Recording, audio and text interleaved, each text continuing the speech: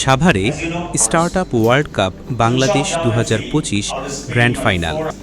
বিস্তারিত তথ্যচিত্রে মোহাম্মদ আসিফুজ্জামান আসিফ। সাভারের বিরুলিয়ার দত্তপাড়া এলাকায় ড্যাফোডিল ইন্টারন্যাশনাল ইউনিভার্সিটিতে স্টার্টআপ ওয়ার্ল্ড কাপ বাংলাদেশ ২০২৫-এর গ্র্যান্ড ফাইনাল অনুষ্ঠিত হয়েছে। আয়োজনটি করেছে বিশ্ববিদ্যালয়ের ইনোভেশন অ্যান্ড এন্টারপ্রেনারশিপ ডিপার্টমেন্ট। দেশের সেরা ১৫টি স্টার্টআপ দলের মধ্যে জরন লাইফ চ্যাম্পিয়ন হয়, উই গ্রো প্রথম রানার্স আপ এবং রকেট ওয়েব দ্বিতীয় রানার্স আপ হয়। বিজয়ী দল ৫০,০০০ টাকা বিনিয়োগ পুরস্কার সহ যুক্তরাষ্ট্রের স্যান ফ্রান্সিসকোতে অনুষ্ঠিতব্য গ্লোবাল স্টার্টআপ ওয়ার্ল্ড কাপে অংশ নিয়ে $1 মিলিয়ন বিনিয়োগ পুরস্কারের জন্য প্রতিযোগিতা করার সুযোগ পাবে। শীর্ষ ১০ দল বিশেষ নেটওয়ার্কিং সেশনে অংশ নেবে।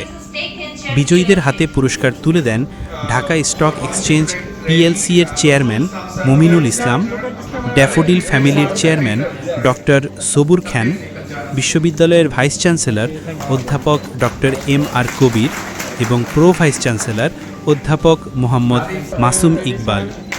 প্রোগ্রামের কান্ট্রি ডিরেক্টর ছিলেন বিশ্ববিদ্যালয়ের ইনোভেশন অ্যান্ড এন্টারপ্রেনিয়রশিপ বিভাগের প্রধান মোহাম্মদ কামরুজ্জামান দিদার।